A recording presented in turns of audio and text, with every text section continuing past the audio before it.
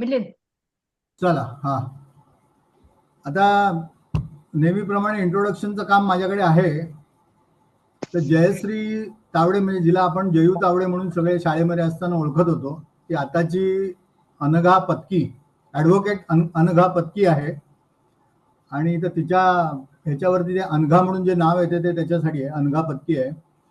तर जयश्रीचं थोडक्यात मी परिचय करून देतो. सगळे ओळखतातच तिला, परंतु शाळेनंतर जोशी हायस्कूल नंतर तिने रुजा कॉलेजमध्ये ग्रॅज्युएशन केलं, BA केलं आणि त्यानंतर ती बॉम्बे टेलिफोन्समध्ये नोकरीला लागली. आणि बॉम्बे टेलिफोन्समध्ये जवळजवळ 6-7 वर्ष, जयश्री मला करेक्ट करा मी चुकलो तर. नाही, 4-5 वर्ष केलं जॉब. हा, 4-5 वर्ष जॉब केला. आणि तो जॉब करत असतानाच तिने न्यू लॉ कॉलेज, म्हणजे रुपारेल कॉलेजमध्ये जे लॉ कॉलेज आहे, न्यू लॉ कॉलेजमधून तिने LLB कंप्लीट केलं. आणि LLB तिचं झाल्यानंतर मला वाटते तिने जॉब सोडला आणि तिने प्रॅक्टिस चालू केली.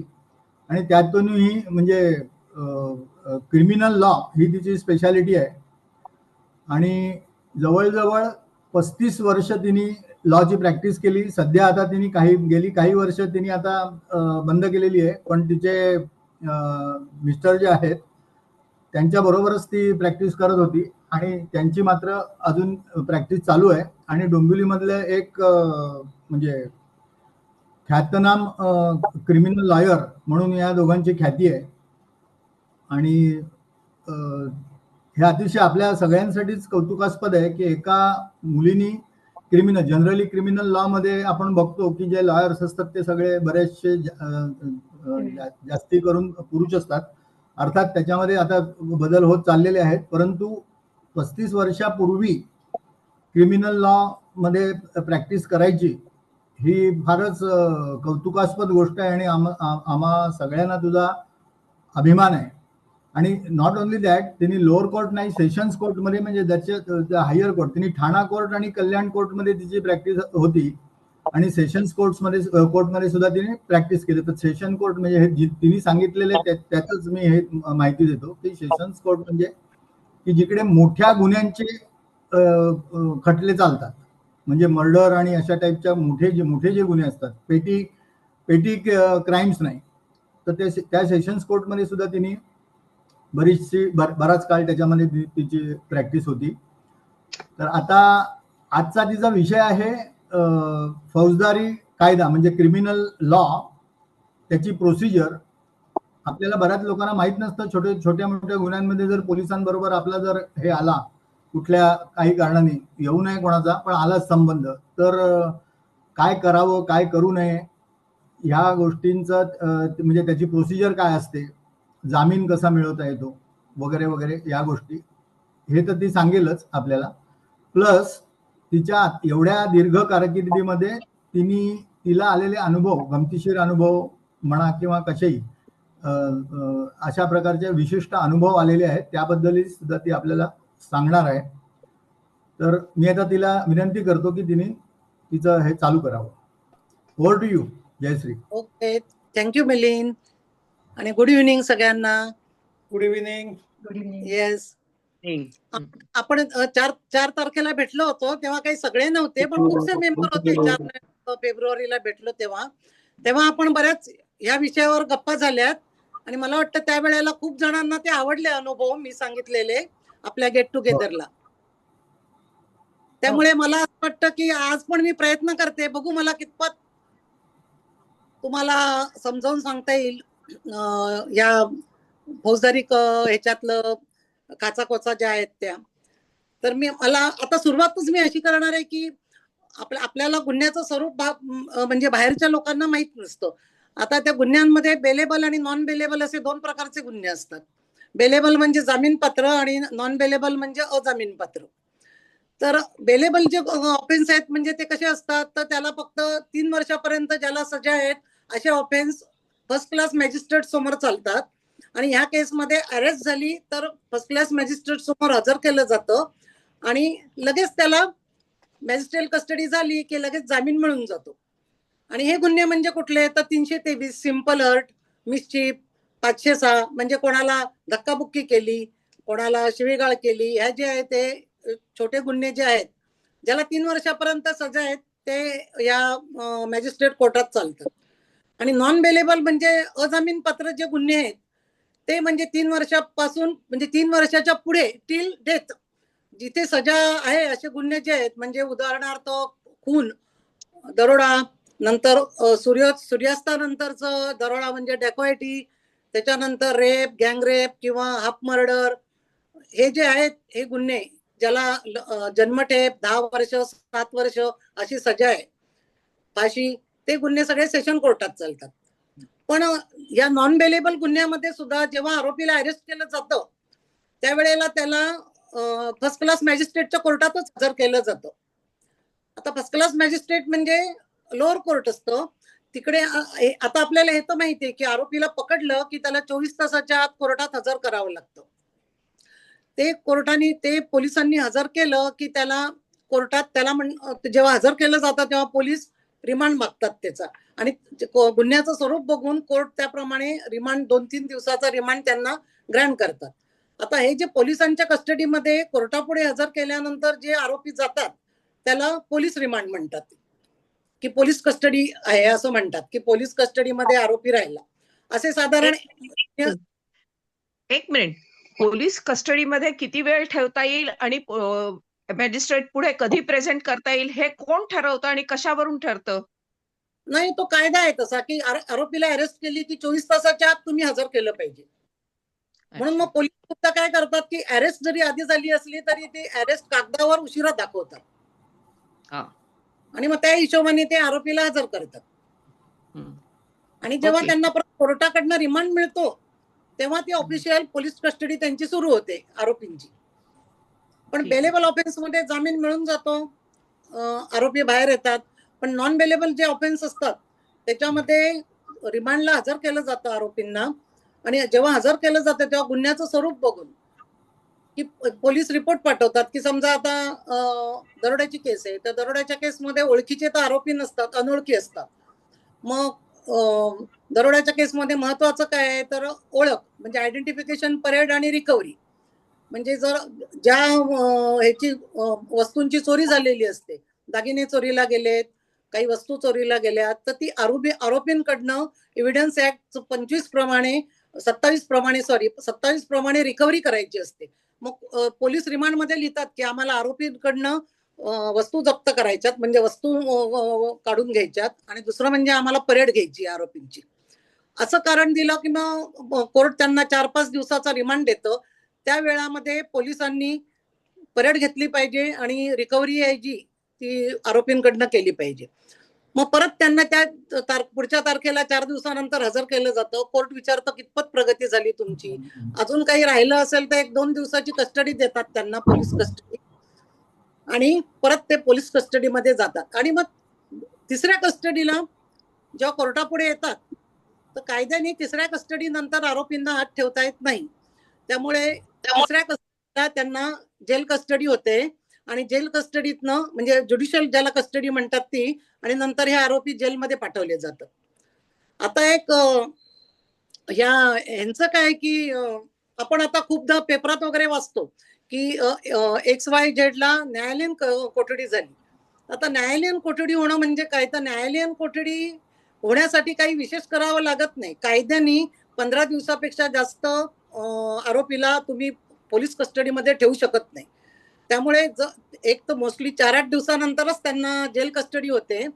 पण त्याच्या आधी किंवा अजून जर तुम्ही त्यांना कस्टडी मागितली तर जरी वकील हजर नसले किंवा वकील नाही दिले तरी 15 दिवसानंतर आरोपी ऑटोमॅटिकली जेल कस्टडी मध्ये म्हणजे जेलमध्ये जातो.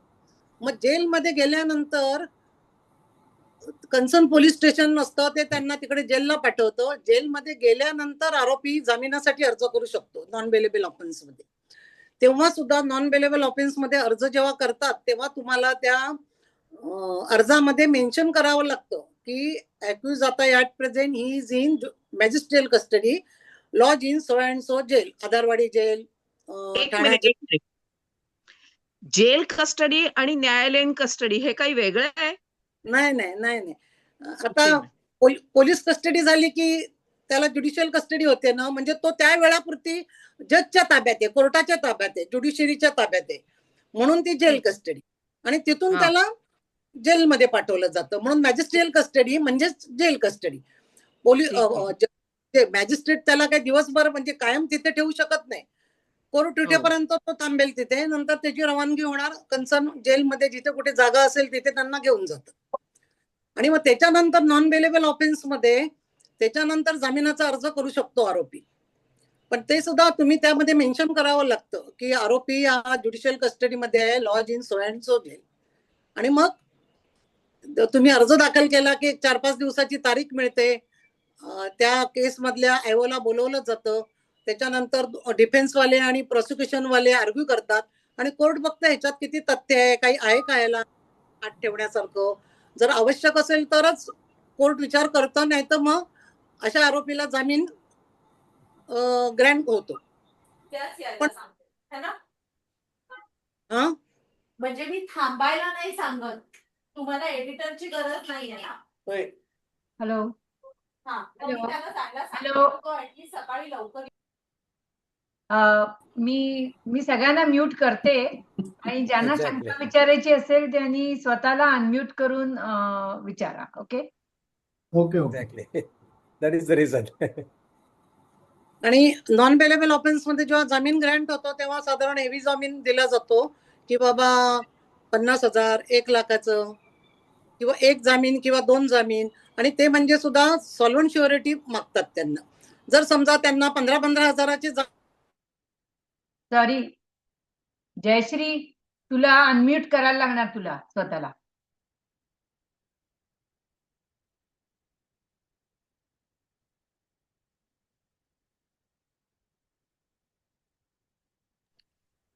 ठीक आहे.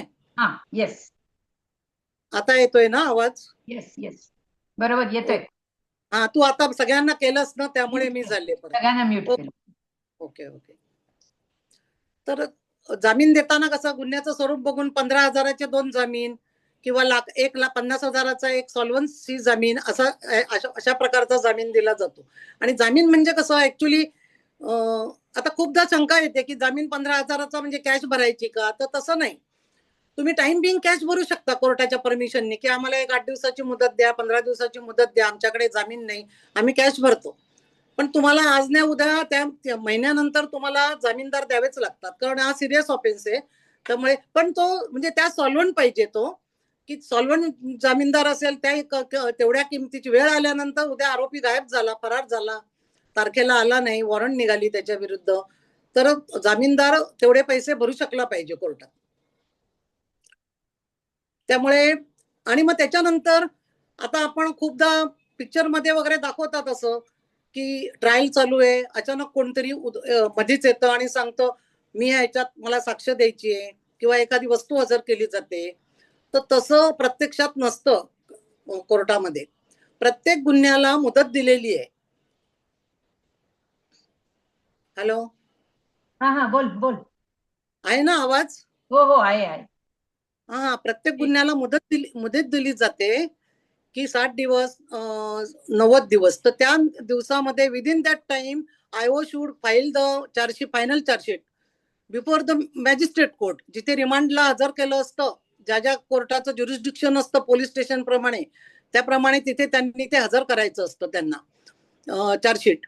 आता समजा 90 दिवसाची मुदत आहे, मर्डर केसमध्ये 302ला 90 दिवसाची मुदत आहे आणि ती 90 दिवसाच्या आत जर चार्जशीट दाखल झालं नाही तर 91व्या दिवशी आरोपी जामिनाचा अर्ज करू शकतो ऑन द टेक्निकल ग्राउंड की चार्जशीट आलं नाहीये म्हणून. आणि तिथे मेरिट बघितलं जात नाही. Court has to grant the bail to concern accused. का तर ते तपास कामाचं म्हणजे चार्जशीट वेळेत दाखल झालं नाही म्हणून. तर आणि जेव्हा माझा एक प्रश्न आहे की आता हे मागे कसाबला वगैरे जे पकडलं होतं ना, तर तो पण क्रिमिनल लॉच आहे का, का तो कुठला वेगळा लॉ आहे? नाही, तो त्याच्यामध्ये आणखीन दुसरे पण लॉ होते, पण मेन IPC होतच त्याच्यामध्ये. अच्छा, मग त्या कसाबला 90 दिवसापेक्षा जास्त दिवस जेलमध्ये ठेवलं होतं ना? नाही नाही, जेलमध्ये असलं म्हणजे त्याचं चार्जशीट दाखल झालं होतं ना, आणि 90 जामीन दिवसात झालं होतं. ते चार्जशीट दाखल झालं होतं. चार्जशीट दाखल झालं नाही तर टेक्निकल ग्राउंडवर जामीन होऊ शकतो आरोपीला. पण मोस्टली केसमध्ये आता ऐक ना, आता हा एक मोठा गुन्हा आहे, इंटरनॅशनल लेवलचा गुन्हा आहे हा. तर याच्यामध्ये 90 दिवसामध्ये समजा हे पॉसिबल नाही झालं तर अशी मुदतवाढ मिळत नाही का? नाही, त्याच्यामध्ये त्याच्याबरोबर हे पण होतं ना, आपल्या ह्याच्या संदर्भात जे काय म्हणतात ते सिक्युरिटीच्या संदर्भात जे आहे ना, तो कायदा पण त्यावेळेला लागू होता. त्यामुळे त्यांना त्याच्यात मुदत वाढ मिळते काही म्हणजे स्पेशल केसमध्ये. पण ह्या ज्या अशा विघातक ज्या गोष्टीमध्ये जिथे अरेस्ट केलेलं असतं तिथे बेलचा प्रश्नच येत नाही. आणि मग त्यांच्यासाठी स्पेशल कोर्ट असतात किंवा स्पेशल हे केलं जातं, त्यांना स्पेशल बंदोबस्तात पण ठेवलं जातं. पण हे कधी जेव्हा राष्ट्राच्या सिक्युरिटीचा प्रश्न येतो तेव्हा. आणि मी जे जनरली बोलते की कोर्टात ज्या केसेस चालतात आरोपींच्या, की बाबा आपापसातल्या काही गुन्हे होतात, कशावरनं तरी काहीतरी चालतं, तर त्यामध्ये एक लिमिट आहे. आणि जेव्हा चार्जशीट दाखल होते तेव्हाच पोलीस, साक्षीदार सगळे, जमा केलेला मुद्देमाल, शस्त्र, कपडे, वस्तू काय जे असेल ते सगळं, CA report, postmortem, injury certificate जे काय आहे ते सगळं त्यांना चार्जशीट बरोबर दाखल करावं लागतं. आणि त्यात पुराव्याची हे असते यादी त्याप्रमाणे. आणि मग त्यातली एक कॉपी आरोपीला दिली जाते, एक कोर्टाकडे राहते. आणि मग त्याच्यानंतर त्या on the basis of that chargesheet only केसामध्ये ट्रायल सुरू होते. कोर्टामध्ये ट्रायल सुरू होते. त्याच्या बाहेर तुम्ही जाऊ शकत नाही. मग एकदा हातात चार्जशीट आलं की डिफेन्सचे लॉयर काय करतात की आधी सगळी चार्जशीट वाचतात, की ह्याच्यामध्ये कुठे लूपहोल्स ठेवलेत का, काही लूपहोल्स आहेत का, कुठे लूज त्यांचं हे झालंय का, इन्व्हेस्टिगेशन मध्ये काही आलंय का. मग हे सगळं चालत असताना ते सवयीने तुम्हाला कळतं. आता समजा 302चा गुन्हा आहे आणि एका माणसाला 7-8 लोक येऊन मारून गेली आणि जो आय विटनेस आहे तो सांगतोय FIR प्रमाणे की बाबा ह्याला चाकूनी मारलं, तलवारीने मारलं, काठ्यांनी मारलं, शिगांनी मारलं, असं जेव्हा सांगतात ते तेव्हा. तर त्या मयताच्या अंगावर ज्या कन्सर्न इंजुरीज असतात, इन्क्वेस्ट पंचनामा असतो त्याच्यामध्ये. तर इन्क्वेस्ट पंचनामा, PM नोट्स मधल्या गुन्हे, हे जखमा आणि शस्त्रावरनं होणाऱ्या जखमा, हे सगळं कोरॉबरेट व्हावं लागतं. आता चाकूनी मारलं तर चाकूची जी रुंदी आहे ना, रुंदी तेवढी तुमची जखमेची लांबी येणार, जर समजा पोटावर मारलं, कुशीत मारलं तर. पण तेच तुम्ही तलवारीने मारलं तर तलवारीची जी लांबी असते ना, ती जखमेची अंगावर अशी अखंड लांबी येणार, ती रुंदी येणार नाही त्याची. मग त्या आरोपीच्या जखमेचं स्वरूप लिहिलेलं असतं डॉक्टरांनी. त्यांचं जेव्हा डॉक्टर रिपोर्ट देतात किंवा PM नोट्स मध्ये असतं 17व्या कॉलम मध्ये, तर ते सगळं टॅली होतंय काय बघावं लागतं आणि त्याप्रमाणे मग ट्रायल चालते आरोपींची. आणि मग ट्रायल चालून आता सेशन कोर्टात कुठलीही काही केस चालवायची, 307 घ्या, 302 घ्या, 376 म्हणजे रेपची केस घ्या किंवा गँग रेपच्या केस घ्या, ह्याच्यामध्ये ना मेडिकल एव्हिडन्स खूप महत्वाचा असतो. तर आता मेडिकल एव्हिडन्स म्हणजे कसं, त्यासाठी मोदी आणि पारेख असे, मला वाटतं कल्पनाला माहित असेल, मोदी आणि पारेख 2 ऑथराइज हे आहेत लेखक ज्युरिस्प्रुडन्स मध्ये, की त्यांची मतं आणि त्यांचं जे ओपिनियन आहे ना ते ग्राह्य धरलं जातं. म्हणजे त्याचा रेफरन्स देऊन कोर्टात डॉक्टरची क्रॉस करावी लागते की बाबा मोदींनी असं म्हटलंय, डॉक्टर मोदींनी, डॉक्टर पारेखनी असं म्हटलंय.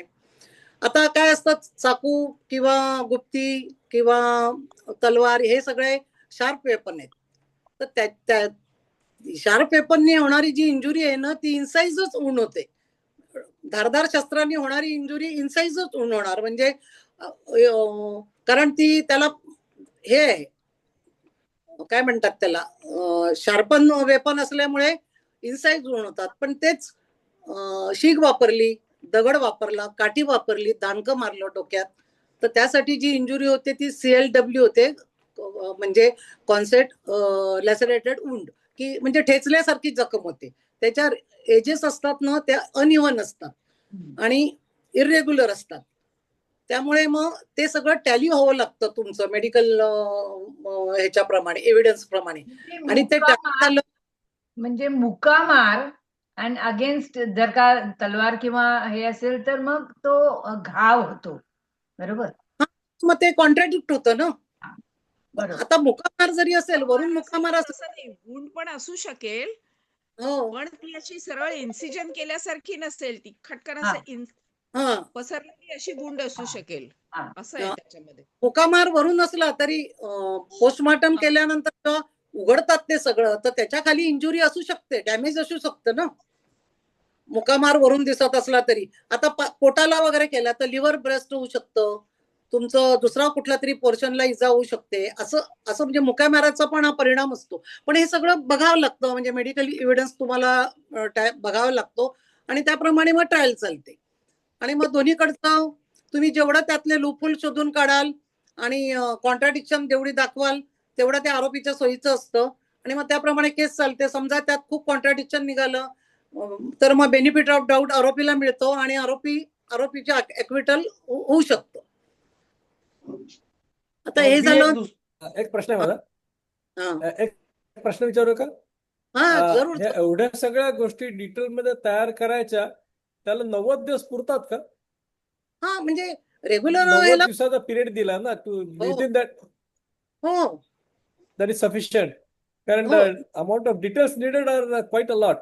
नाही नाही, याचं कारण एका I mean, there may particular not be enough doctors or other fellows. नाही काय असतं, एक पर्टिक्युलर पोलीस ऑफिसर त्यासाठीच नेमलेला असतो, इन्व्हेस्टिगेटिव्ह ऑफिसर. तो फक्त त्याच गुन्ह्याच्या मागे लागणार आणि तो सगळं ते जमाव करणार बाकीची याची. आणि मग त्याप्रमाणे त्यांना काय असतं, जेव्हा गुन्हा दाखल होतो किंवा गुन्हा घडतो, तर आता मयत किंवा इंज्युअर्ड असेल, तो दवाखान्यात दाखल आहे, तर तेव्हाच त्याचे केस पेपर बनलेले असतात. ते ह्यांना फक्त कलेक्ट करायचे असतात सगळीकडनं. आणि मग ते कलेक्ट केलं की मग ते सगळं चार्जशीट मध्ये जमा करायचं. किंवा आता पंचनामे झाले तर पंचनामे मग ते त्यांची नावं किंवा पंचनाम्यात तुम्हाला वस्तू कुठल्या मिळाल्या ते व्यवस्थित सगळं मेन्शन करावं लागतं त्यांना. आणि मग ते सगळं बाण ते कोर्टात दाखल करतात. म्हणजे ज्याने एकदा पोलिसच्या ताब्यात आरोपीला घेतलं गेलं आणि रिमांड वगैरे मिळून कस्टडीमध्ये आला की their work begins immediately and then within 90 days they must complete the charge sheet, right? हो, मी म्हणून म्हटलं. आणि जर ते नाही झालं तर 90 दिवस मोजतात कुठं? पीएम रिपोर्ट तर Where do you start from? Within 48 अवर्सच रेडी व्हायला लागतो. हो, कारण ते नंतर मग डॅमेज होतं ना, डॅमेज होतात सगळे टिश्यूज, सगळे हे होतील. त्यामुळे PM report is Yeah, that of course, yeah. Sure. आणि मग मॉर्टिस वाढत जातं ना No, बॉडीचं. from when do you start counting 90 days? From the 90 दिवस मोजायला सुरुवात कुठनं करता? From the arrest, date of the arrest. आरोपीला अटक झालेली असते ना तेव्हापासून. आता हे जे डॉक्टर नाही, आरोपीला अटक झालेली असेल किंवा नसेल, गुन्हा झालेल्याची रिपोर्ट केल्यापासून मला वाटतं तेवढे दिवस चालतात. नाही, अरेस्ट जेव्हा जामिनाचा ह्या ग्राउंडवर जेव्हा प्रश्न येतो तेव्हा आरोपीची अरेस्ट पकडली जाते. अच्छा, असं असतं का? बरोबर. कारण अरेस्ट केलाय तोच जामिनासाठी अर्ज करणार ना. समजा एखाद्याने अँटीसिपेटरी अर्ज केलाय तर त्याचा प्रश्नच येत नाही. अँटीसिपेटरीला जामीन मिळाला असेल त्याला तर त्याला कोर्टात म्हणजे स्टेशनला जायचा प्रश्नच येत नाही. कोर्टात तेव्हा असं करतं अँटीसिपेटरी मध्ये की as and when required police स्टेशननी बोलवलं तर जा, त्यांना इन्व्हेस्टिगेशन मध्ये मदत करा, कोऑपरेट इट असं म्हणतात ते. अच्छा. फ्रॉम अरेस्ट ऑफ द अॅक्युज ते तुमचं दिवस मोजले जातात. आणि मग समजा 90 दिवस पूर्ण झाले आणि चार्जशीट नाही दाखल झालं तर मगाशी मी म्हटल्याप्रमाणे 91 दिवशी म्हणजे आरोपी याच्यासाठी अप्लाय करू शकतो. अच्छा. आणि समजा त्यांनी 11:30 अर्ज दाखल केला कोर्टापुढे आणि संध्याकाळी 4ला चार्जशीट दाखल झाली तरी that accused is entitled to bail on the ground of this technical ground. मी असं एका मित्राकडनं ऐकलं होतं की हाफ मर्डर नावाचा पण काहीतरी प्रकार असतो. हाफ मर्डर म्हणजे 307 झालं. आता 307 म्हणजे कसं, इंजुरी झाली आहे पण तो वाचलाय. Attempt to murder. Attempt to murder पण आता त्याच्यातही काय असतं, ते 307चे पण 2 पार्ट मध्ये डेफिनेशन आहे. आता 307 म्हणजे कसं आहे, आता समजा चाकूने मारलं किंवा शिगेचा घाव मारला डोक्यात, त्याला खूप ब्लिडिंग झालं, त्याला लगेच दवाखान्यात दाखल केलं आणि तो वाचला. पण डोक्यात जेव्हा घाव घातला तुम्ही, तेव्हा एक तर वेपनचं नेचर बघितलं जातं, डेडली वेपन वापरलंय का, आणि युअर इंटेन्शन आणि मोटिव्ह हे फार महत्वाचं असतं या सगळ्या गुन्ह्यामध्ये. तर आता तुम्ही जेव्हा डेडली वेपन वापरता, म्हणजे शीग ही डोक्यात घातली तर डोकं फुटणार हे माहित असतं जनरल सगळ्यांना, म्हणजे वापरणाऱ्याला पण. आता समजा तो त्यातनं वाचला आणि त्याला काही दुसरा आणखीन त्या ह्याच्यामुळे जखमेमुळे आणखीन काहीतरी प्रॉब्लेम झाले त्याला, तर 307ला ऍक्च्युली 7 वर्ष किंवा 10 वर्ष सजा आहे. पण त्यामध्ये सुद्धा सिरियस ऑफेन्स असेल तर सेकंड पार्ट प्रमाणे त्याच्यामध्ये कोर्ट जन्मठेप देऊ शकतो. आता एका केसमध्ये काय झालं की डायरेक्ट रिव्हॉल्वरनी मारलं त्या ह्याला, इंजुर्डला. पण काय झालं, त्याचं जे वॉलेट होतं खिशामध्ये, त्याला पुढे ब्रासचं कव्हर होतं, मेटॅलिक हे असतो. त्याला खिशामध्ये त्यांनी वॉलेट ठेवलं होतं आणि डायरेक्ट त्याला गोळी मारली, पण त्या वॉलेटला पितळी कव्हर असल्यामुळे ती गोळी उडाली तिथे लागून आणि दुसरीकडे गेली. पण आता या केसमध्ये रिव्हॉल्वर डेडली वेपन आहे, म्हणजे हे शुअर आहे की इंटेन्शन क्लिअर आहे तुमचं त्याला मारायचं. आणि जरी तो वाचला त्या ह्याच्यामध्ये, त्या हल्ल्यामध्ये, तरी छातीत डायरेक्ट गोळी घातली आहे. मग या केसमध्ये आरोपीला जन्मठेपेची सजा होऊ शकते, आणि झालेली आहे अशा केसमध्ये जन्मठेपेची सजा. त्यामुळे कधी पण intention, this is steel called half murder, is it?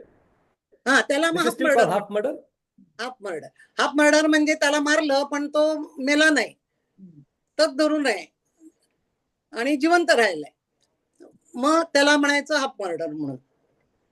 For a self defence आणि ऍक्च्युअल इंटेन्शन म्हणजे दोन गोष्टी आहेत ना, की आपल्यावर कोणीतरी हल्ला केला आणि आपण त्याला प्रतिकार करताना तो जखमी झाला, मेला किंवा व्हॉट एव्हर, आणि दुसरं आपलं इंटेन्शन आहे त्याला मारायचं. तर हे बायफर्गेट कसं केलं जातं? आता काय असतं, 302 आहे ना, वकिलाची ट्रिक आहे हीच, तर वकिलाची ट्रिक आहे. नाही तसं नव्हे, त्याला काहीतरी एक लॉस किंवा रूल असेल ना त्याला, असं मी. आता 302 ची ऍक्च्युअली डेफिनेशन अशी आहे की काय म्हणायचं, culpable homicide amounting to murder, हे म्हणजे 302 झालं. आपण सदोष मनुष्यवध म्हणतो तसं. पण त्याला एक्सेप्शन ठेवलीत काही कायद्याने, की आता ठरवून मारणं त्यात ग्रॅव्हिटी जास्त येते. पण ग्रुप जमलेत, कुठेतरी लग्न कार्य चालू आहे, गाववाल्यांची हळद बिळद चालू असते, तिथे तुम्ही होतं त्यांचं आणि त्यांच्या माऱ्या होतात.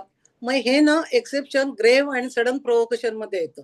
म्हणजे यांनी ठरवून मारामाऱ्या केल्या नाही, त्यावेळेला त्यांनी बाचाबाची झाली, आणि हल्ली प्रत्येकाकडे हे सगळे गुन्हेगार किंवा जे हे असतात त्यांच्याकडे शस्त्र असतात, आयदर हल्ली रिव्हॉल्वर असतात किंवा चाकू सुरे काहीतरी असतात. काढला चाकू, भसकलं त्याला, मग हे ना ग्रेव्ह आणि सडन प्रोव्होकेशन ह्याच्यामध्ये येतं.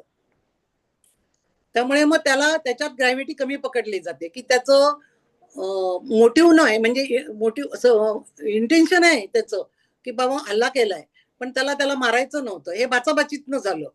माणूस जेव्हा संतापाच्या भरात करतो, पण तेच तुम्ही प्लॅनिंग करून केलं की एखाद्या माणसाला मारायचंय. आता मोस्टली या गाववाल्यांच्या केसेस चालतात ना, आगरी लोकांच्या, यांचं कसं असतं की एकाला मारायचंय ना, तर त्या लोकांची सगळी म्हणजे त्यांचं काय म्हणतात ते शौर्य कशात असतं, ते एकाला एक नाही मारणार, एकाला मारायचंय तर ते 10-15 जण तयारीत जातात, काठ्या, चाकू, तलवारी, काय जेवढी सगळी डेडली वेपन्स घेऊन जायचं आणि मग ठरवून त्या माणसाला अटॅक करून मारायचं.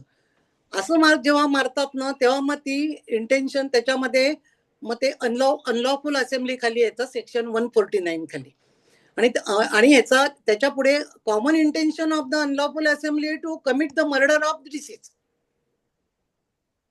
नाही, पण मी जे सेल्फ डिफेन्स म्हणतोय की आपण रस्त्याने चाललोय, कुणीतरी आलं, आपलं पाकिट मारायला लागलं किंवा असं काही असं, आणि आपण त्याला धरला, बदडला, तेही सांगते मी. हे सुद्धा एक्सेप्शन खाली येतं सेल्फ डिफेन्स. आता समजा तुमच्यावर कोणी हल्ला केला आणि तुम्ही जीव वाचवायला त्याला मारलं, पण तो सेल्फ डिफेन्सचा सुद्धा लॉ असं आहे की नॉट एक्सीड, म्हणजे तुम्हाला जेवढं मारतोय तो त्याच्यापेक्षा जास्त तुम्ही त्याला हल्ला नाही करू शकत.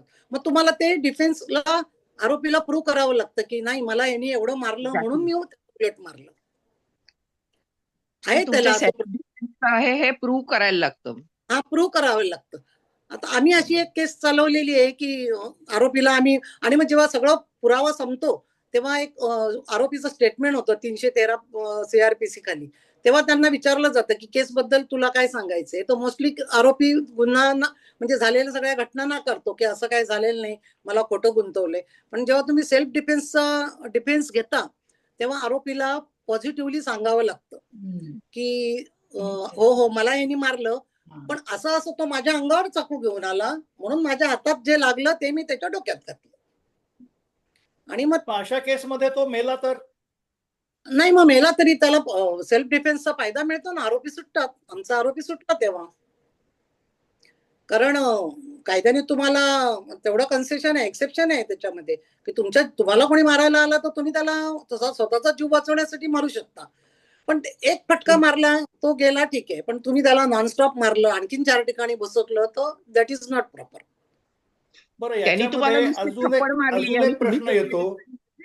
सेल्फ डिफेन्स करता सामान्य माणूस केला हे बरोबर नाही असं त्याच्यामध्ये प्रूव्ह करायला लागतं ते. हो हो. नाही, मला काय म्हणायचंय, सेल्फ डिफेन्स करता आमच्यासारखा सामान्य माणूस कुठलं हत्यार जवळ बाळगू शकतो?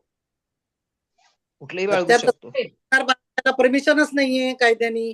तुम्हाला परमिशन घ्यायची हत्यार बाळगायची. लायसन्स बंदूक वापरू शकतो ना. मग लायसन्स साठी अप्लाय करावं लागतं कमिशनरकडे. आणि मग म्हणजे लायसन्स असलेली बंदूक तुमच्याकडे असली तर ती वापरू शकता तुम्ही. नाही, ती फार मोठ्या केससाठी झाली. आपल्यासारखे क्षुल्लक लोक छोटे छोटे असतील, कुठे चाकू, कुठे काय, कुठे काठी, असं म्हणजे मी विचारतो. काठी वापरू शकता. पण काठी कराटे शिका. डेडली वेपन मध्ये चिली स्प्रे. म्हणजे आता खूप जण म्हणतात की बायकांना सांगतात की जवळ अशा वस्तू ठेवा तुम्ही की बाबा, किंवा एक छोटा चाकू वगैरे किंवा आपलं पेन नाईफ वगैरे, आपलं त्याला काय कोणी डेडली वेपन म्हणत नाही. पण अदरवाईज तुम्हाला कुठलंही घातक शस्त्र जवळ ठेवायची परमिशन नाहीये ना. इथे अमेरिकेमध्ये एक टीझर नावाचं एक येतं, असं छोटस असतं आणि त्याच्यात इलेक्ट्रिक शॉक लागतो. म्हणजे म्हणजे सेल्फ डिफेन्स साठी ते वापरायचं की थोडा वेळ म्हणजे जरा ते इलेक्ट्रिक शॉकनी तो दूर होतं, मग तुम्ही पडायचं असं. पेपर स्प्रे पण म्हणजे तिखटाचा स्प्रे असतो तो, डोळ्यात त्याच्या मारला तो की मग तुम्हाला पळून जायला थोडासा अवधी मिळतो ना. किंवा आपल्याकडे खूप जण म्हणतात ना की जवळ मिरचीच्या पुड्या वगैरे ठेवा की जेणेकरून असं हे ठेवते. म्हणजे ज्याचं जे घातक शस्त्र खाली येत नाही ना ते तुम्ही असं काही वापरू शकता. पण समजा तुम्हाला असं वाटलं कोणाकडनं तुम्हाला जीवाला धोका आहे तर पहिल्यांदा कायदा काय सांगतो की पोलीस स्टेशनला जा आणि पोलिसांची मदत घ्या. पोलीस तुम्हाला मदत करतील किंवा ते सिक्युरिटी देतील. पण आता तू म्हणालीस की पोलीस तुम्हाला मदत करतील. तुझा एक्सपिरियन्स काय, पोलीस खरोखर मदत करतात का? करतात. सर्वसामान्य माणसांना तर करतातच ते, असं काही नाही. पण आता जेव्हा हे गँग मधली हे होतात ना मारामाऱ्या, तेव्हा मात्र काय ते आता 2 गँग्स आहेत आणि त्यांना त्या एका गँग ए आणि बी आहेत. तर बी मधल्या माणसाला त्यांना मारायचंय. जर ह्यांना जर शक्य होत नसेल तर ते काय करतात, त्या एरियातला जो पोलीस ऑफिसर असतो, मेन इन्व्हेस्टिगेटिंग ऑफिसर किंवा इन्चार्ज त्या यातला जो मेन सिनियर इन्स्पेक्टर, त्याला ही ए गँग आहे ती मॅनेज करते आणि त्याच्या थ्रू त्या माणसाला ते एन्काउंटर दाखवून पोलीस त्याला मारतात. आता परत कायद्या 302च्या खाली एक्सेप्शन किंवा 304 मध्ये जी एक्सेप्शन दाखवली त्यात हे येतं की सरकारी नोकरांनी ऑन ड्युटी त्याचं ड्युटी म्हणून जर कोणाला मारलं तर ते नॉट अमाउंटिंग टू मर्डर. माझा एक प्रश्न आहे की हे जे पोलीस प्रोटेक्शन देतात, जर एखाद्या व्यक्तीला काही डेंजर असं वाटत असेल तर त्या, आणि ते जर सपोज महिनाभर 15 दिवस जे काय पिरियड असेल त्या तिथपर्यंत, त्याचा खर्च गव्हर्नमेंट बेअर करतं का तुम्हाला करायला लागतो? नाही, तुम्हाला द्यावा लागतो. मग त्याचे काय इक्वेशन असतं, म्हणजे how does it work out? काही मला काही अंदाज नाही, पण त्यांचा काहीतरी जो दिवसाचा असतो तो खर्च त्यांना द्यावा लागतो त्या तुम्हाला. कारण आमचे जे अच्छा. सगळे लोक ते सगळे तयारीत असतात, त्यामुळे त्यांना पोलीस सिक्युरिटी वगैरे काय लागत नाही. बरेच इंडस्ट्रियलिस्ट किंवा मोठे लोक लाईक मुकेश हा. Ambani and all that, they must be keeping their own security staff आणि त्याचा येस खर्च ते येस स्वतःच बेअर करत असतील. ते पण म्हणजे मी जनरली सामान्य माणसांबद्दल विचारतोय की जर हा. सपोज एखाद्याला काही अशी रिस्क वाटत असेल तर हा. तर सरकार त्याला म्हणजे फ्री देत नाही प्रोटेक्शन थोडक्यात. नाही फ्री नाही देत तुम्हाला. त्या आता समजा एक कॉन्स्टेबल तुम्हाला दिलाय दिवसभर तुमच्या घरासमोर, तर त्याचा तुम्हाला दररोजचा एक त्याचा भत्ता असतो तो द्यावा लागतो तुम्हाला. मग तो जो काय ओके. असेल तो 1000-2000 जे काय असतील दिवसाचे किंवा काय 15 दिवसाचे ते द्यावे लागतात तसे. बाकी हे जे गँगवाले वगैरे असतात ते त्यांचे स्वतःचे बॉडीगार्ड असतात, ते स्वतः सिक्युर कायम तयारीत असतात कुठेही ते तर काही बरोबर आहे. त्यामुळे पण ज्यांना स्वतःचं प्रोटेक्शन स्वतःच अरेंज करायचं आहे त्यांची गोष्ट हा. वेगळी. म्हणजे ते स्वतः त्याच्यावर पैसे खर्च करायला तयार आहेत किती ऍक्च्युली. हा. कारण बरेच बिल्डर म्हणा किंवा हे लोक ठेवून कोण ना कोण असे बॉडीगार्ड घेऊन फिरत असतात इन जनरल. म्हणजे हो. मी पण बघितलंय बऱ्याच वेळा. तर त्यांची गोष्ट वेगळी. पण म्हणजे सामान्य माणसांना तो खर्च शेवटी बेअर करायला लागेल म्हणजे ऍक्च्युली. पण सर्वसामान्य माणसांचं आपल्यासारख्यांचं काय असतं की जनरली कोण या प्रांतात नसतोच ना, त्यामुळे आपला काय पडत नाही. बरोबर आहे. त्यामुळे अगदीच काय आलं तर जास्तीत जास्त आपल्याकडे काय होतं, झालं कोणाच्या शेजाऱ्यांच्या मारामाऱ्या किंवा काही झालं तर जास्तीत जास्त चॅप्टर केस होते. हा. आणि चॅप्टर केस सुद्धा it's not a proceeding, it's a preventive measure. म्हणजे ओके. चॅप्टर केसमध्ये तुम्हाला शिक्षा होत नाही. चॅप्टर केसचा बॉन्ड असतो 6 महिन्याचा, तर ते प्रोसिडिंग ट्रायल नाहीये, ती काय केस चालत नाही. ते 6 महिन्याचा बॉन्ड घेतात चांगल्या वर्तवणुकीचा. त्याच्यानंतर it's as a preventive measure त्याची मुदत संपते की संपलं, त्यातनं काही निष्पन्न होत नाही. माझा पण आता अजून एक प्रश्न आहे. हा एक तडीपार वगैरे करतात. हा हा, आता म्हणजे याच्यातला माझा प्रश्न असा आहे की समजा एखाद्या माणसाला ठाणे जिल्ह्यातनं तडीपार केला, हा म्हणजे तो ठाणे जिल्ह्यात राहू शकत नाही, बरोबर आहे? नाही, राहू शकत नाही, बरोबर आहे.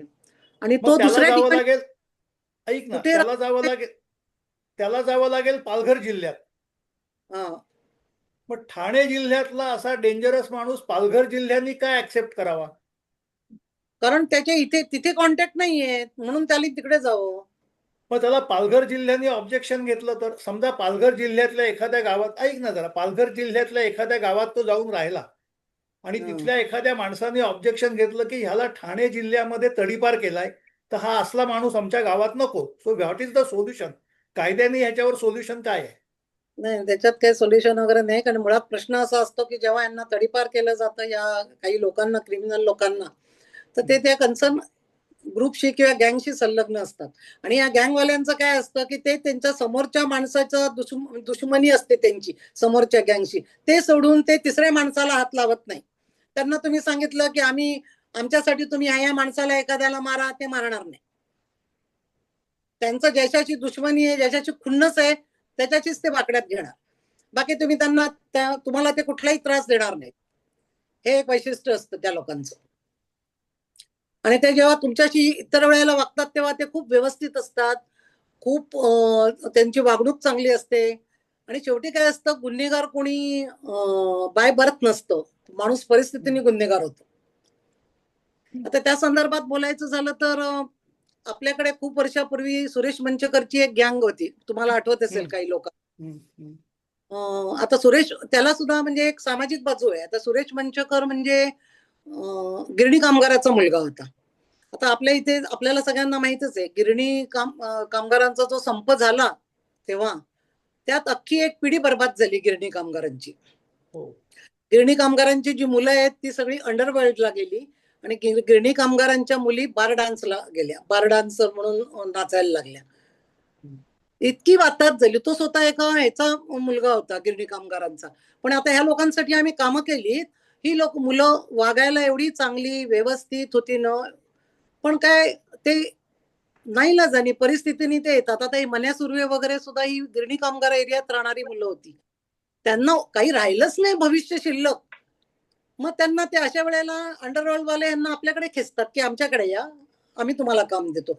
आता या सुरेश मंचकरच्या गँगचं त्यामधली जी पोरं होती त्याचं वैशिष्ट्य म्हणजे सगळी पांढऱ्या पेशांची पोरं होती.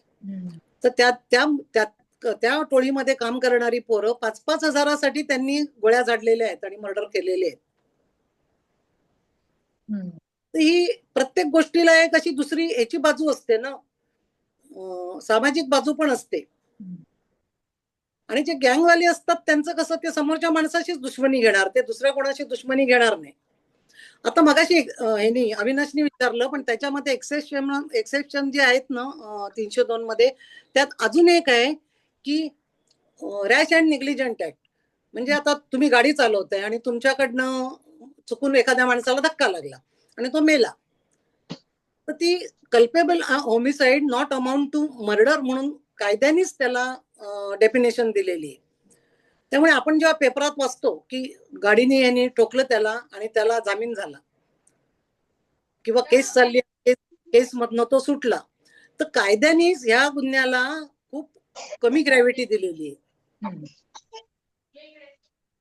जेव्हा रॅश अँड नेग्लिजंट ऍक्ट खाली केस होते, एखाद्याच्या गाडीने कोणाला ठोकलं आणि तो माणूस गेला चुकून, तर त्यात महत्वाचं काय असतं की त्यात इंटेन्शन नाहीये त्याला त्याला मारायचं नव्हतं.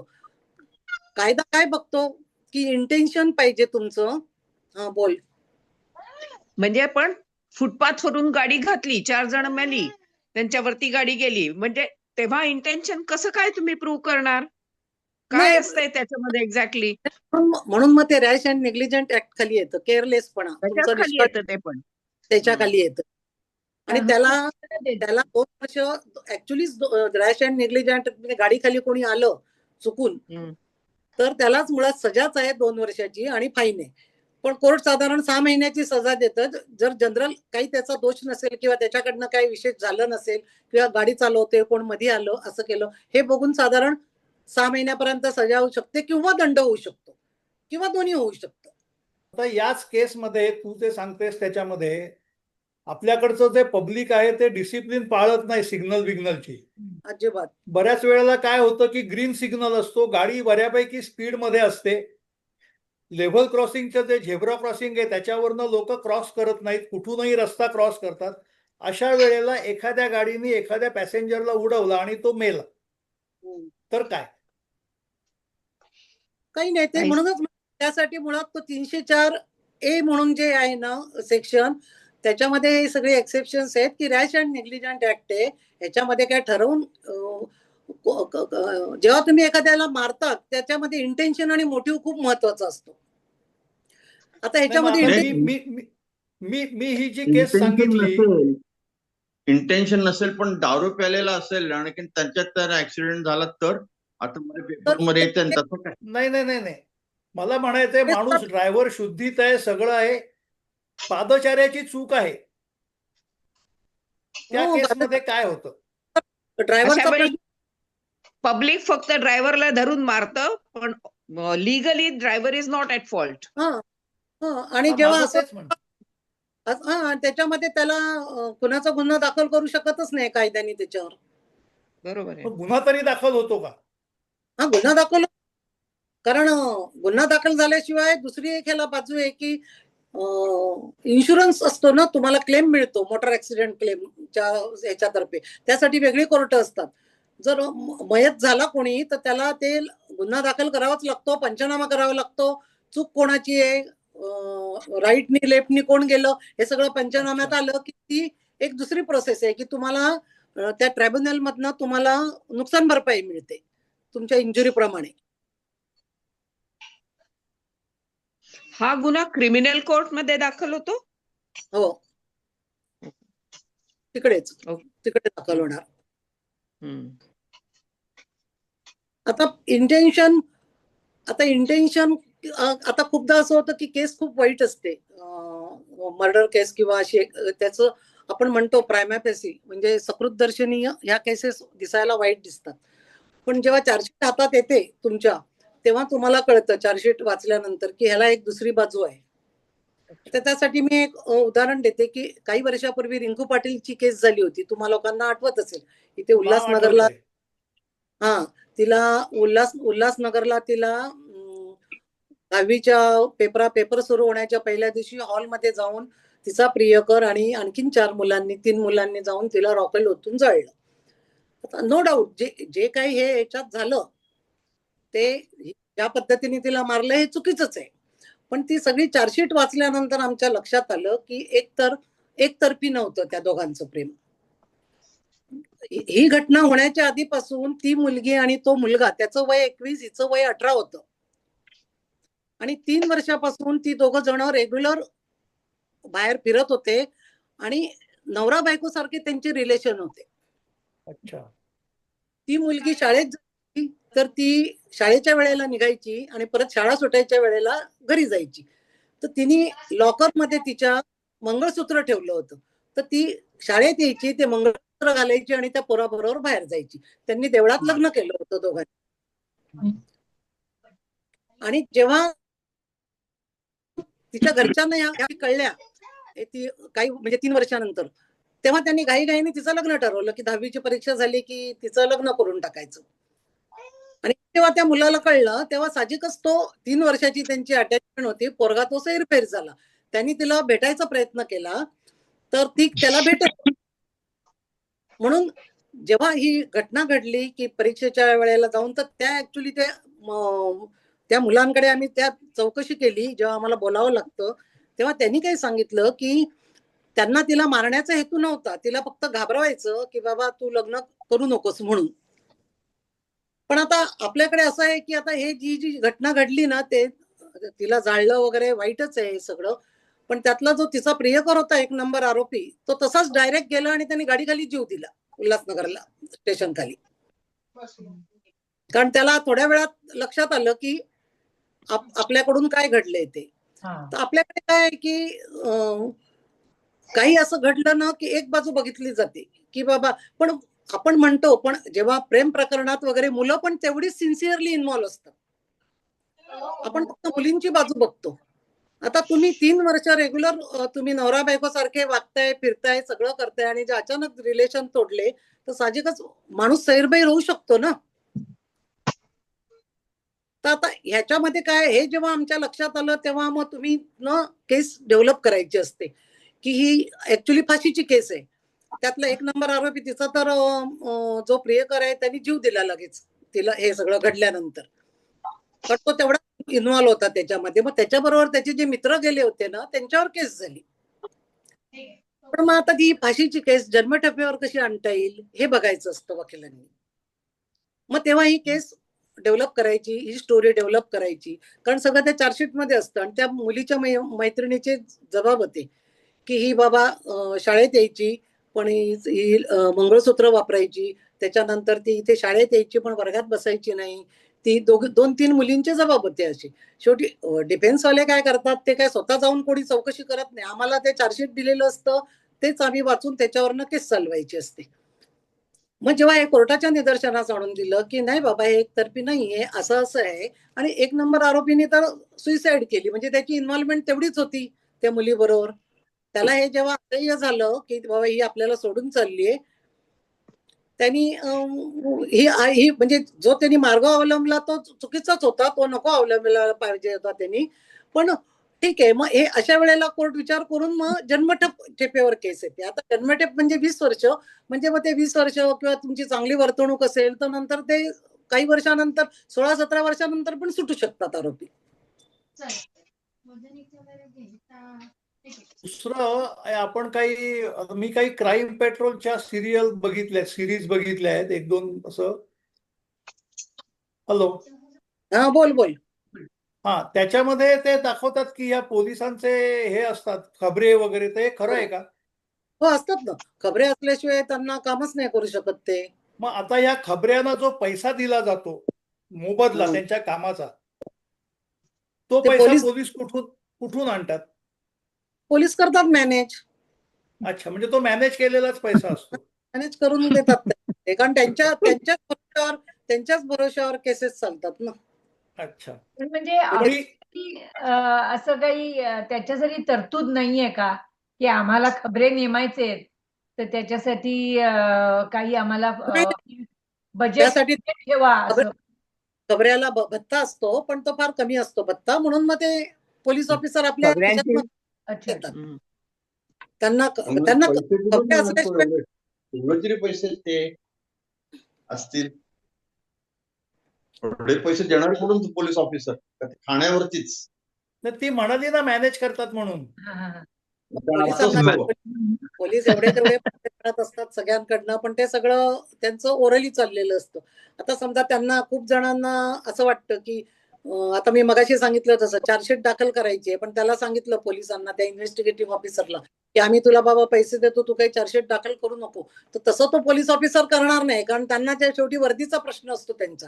त्यांना माहिती आहे एकदा सस्पेंड झाले किंवा त्यांचं जॉब गेला तर त्यांना कोणी विचारणार नाही.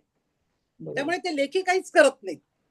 आता समजा जामिनाचा अर्ज आहे कोर्टात आणि त्यांना रिपोर्ट द्यायचा आहे, तर आरोपीचे लोक येऊन सांगतात की आम्ही मॅनेज केलंय पोलिसांना, पोलीस म्हणालेत आम्ही तुमच्या फेवरनी रिपोर्ट देतो, पण नाही देत ते, कारण त्यांना कायद्याने असं ते देऊ शकत नाही. मग ते त्याच्या आरोपीच्या अगेन्स्टच लिहितात की आम्हाला ह्याला जामीन देऊ नका, कारण त्या विरुद्ध एवढं पुरावा आहे म्हणून. पोलीस हे मला एक विचारायचं आहे. पहिली गोष्ट म्हणजे माफीचा साक्षीदार म्हणजे काय, आणि दुसरी गोष्ट म्हणजे हे सडनली जे जातात सगळे लोक, मर्डर्स होतात किंवा काय होतं, मग काही लोकांनी विल केलेलं नसतं किंवा त्यांचे बँक बॅलन्स आणि इतर काही गोष्टी असतात, मग त्या नॉमिनी नसतं, मग अशा गोष्टी तिकडे बँकेत पडूनच राहतात. त्याचं प्रॉपर्टीचा काय प्रॉब्लेम असतो? त्याचं प्रॉपर्टी क्रिमिनल कोर्ट मध्ये येत नाही ना. ते ह्याच्यात येत नाही, ते सगळं तुम्हाला मी बँकेत जाऊन ते सगळं निस्तरावं लागतं ना. तुम्हाला मग त्यासाठी सूट दाखल करावा लागतो. आधी तुम्हाला सक्सेशन सर्टिफिकेट साठी अर्ज करावा लागतो, त्याच्यानंतर सूट दाखल करावा लागतो, सिव्हिल सूट. ज्या प्रमाणात प्रॉपर्टी असेल त्या प्रमाणात तुम्हाला कोर्ट फी भरावी लागते. 5-10 लाखाची कोर्ट फी भरावी लागते त्या प्रॉपर्टी प्रमाणे, आणि मग ती सूट कोर्टात पेंडिंग राहते. जेव्हा ती चालेल तेव्हा चालेल, असं होतं ते. पण तो खर्च जर जास्त असेल तर मग त्यांच्या नातेवाईकांनी कोणी नाही घेतला तर मग जे काही असेल तर सगळं बँकेत पडूनच राहील, नाही का? राहतो. पण हे जे सगळे उद्योग चालले गँगवाल्यांचे, तेव्हा त्यांचा हा प्रश्न येतच नाही, कारण त्यांचे सगळे कॅश मध्ये व्यवहार चालले. माफीचा साक्षीदार काय भानगड आहे? माफीचा साक्षीदार आहे म्हणजे प्रोसिजर आहे ती कायद्याने, त्याला माफीचा साक्षीदार आहे. पण तो माफीचा साक्षीदार सुद्धा त्याला मॅजिस्ट्रेट पुढे हजर केलं जातं आणि त्याला विचारलं जातं, तू माफीचा साक्षीदार व्हायला तयार आहेस का, तू पूर्ण शुद्धीत आहेस का, तुला याचे परिणाम माहित आहे का, असं सगळं विचारून मॅजिस्ट्रेट समोर त्याचा जबाब घेतला जातो. आणि एवढं सगळं करून जेव्हा कोर्टात साक्ष होते तेव्हा त्या माफीच्या साक्षीदारांनी येऊन सांगायला पाहिजे की हो असं झालं, मी माफीचा साक्षीदार झालो. त्यांनी मॅजिस्ट्रेट पुढे जबाब दिलाय, पण तो कोर्टात जेव्हा साक्षीला येतो आणि त्यांनी सांगितलं की असा मी जबाब दिला नाही, माझी त्याच्यावर सही आहे, पण मला पोलिसांनी धमक्या दिल्या म्हणून मी सही केली, मी काय असं सांगितलेलं नाही आणि मला माफीचा साक्षीदार व्हायचं नाही, असं जर तो कोर्टात येऊन बोलला तर त्याला तुम्ही फोर्स करू शकत नाही की असा जबाब दे म्हणून. बरं, पोलीस ही जी थर्ड डिग्री देतात, थर्ड डिग्री मारतात बिरतात लॉकअप मध्ये, म्हणजे माहिती काढून घेण्यासाठी, तर ऍक्च्युली त्यांनी मारायचं नसतं असं म्हणतात. हो, आणि ते मारतात. मग पण ते म्हणून काय? ते म्हणजे आता असं आहे की जेव्हा पोलिसांच्या ताब्यात आरोपी असतो ना, तेव्हा वकील पण जाऊन त्यांना काही विचारू शकत नाही, कारण तो पूर्ण जेव्हा पोलीस कस्टडीमध्ये असतो तेव्हा पूर्ण तो पोलिसांच्या ताब्यात असतो. त्यामुळे तुम्ही वकील पण इंटरफिअर करू शकत नाही. तुम्ही जास्तीत जास्त प्रेशर आणू शकता त्यांना की यांना जास्त मारू नका, किंवा रिक्वेस्ट करू शकता तुम्ही त्यांच्यावर. पण पोलीस सुद्धा त्यामुळे मारताना व्हिज्युअल इंजुरी नसतातच ना, त्यांना मुकामारच देतात ना ते. नाही, मग त्याच्यासाठी जर एखाद्या आरोपीने सांगितलं की माझी मेडिकल करा, मला मुकामार आहे, तर काय होतं? असं करतात का? तुम्हाला गिरणीचा पट्टा मारतात, गिरणीच्या पट्ट्याने मारतात, उठेल ना. त्यांचे बरेच प्रकार आहेत त्याच्यामध्ये. पण जेव्हा त्याला पोलीस कस्टडीतनं जेल कस्टडी होते तेव्हा मॅजिस्ट्रेट त्यांना विचारतात की बाबा तुझी पोलिसांच्या विरुद्ध काही तक्रार आहे का, काही मारण्याची तक्रार आहे का. जरी मार मिळाला असेल तरी आरोपी म्हणतात आमची काही तक्रार नाही, कारण पोलिसांची वाकडेपणा घेऊन करणार काय. त्यामुळे पोलीस जर त्या आरोपीने कबूल केलं पाहिजे की मला मारलं आरोपीने, कोर्ट विचारतं त्याला जेल कस्टडीमध्ये पाठवताना तुझी तक्रार आहे का काही, तो सांगतो नाही बाबा काही तक्रार नाही पोलिसांबद्दल, कारण त्याला माहिती पोलीस परत आपल्या कस्टडीमध्ये गिरणीच्या पट्ट्याने मारतात.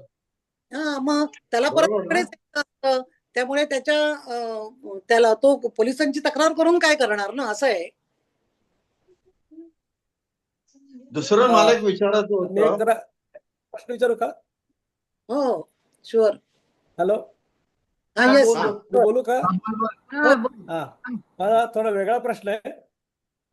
प्रश्न असा आहे की तुम्ही चार्जशीट दाखल करता, यू हा. File the case under some specific कलमा लावून करता, राईट? काही काही विशिष्ट कलम असतील, कायदा अमुक अमुक वगैरे, त्या 4-5 गोष्टी whatever, let's say there are 5 of those. आणि ते केल्यानंतर जेव्हा कोर्ट केस उभी राहते तेव्हा the defendant, I mean both parties, they have to only relate to those points, or they can say no no, हे कलम बरोबर नाही, कॅन आय चेंज इट? नाही दॅट नाही option is there or not there?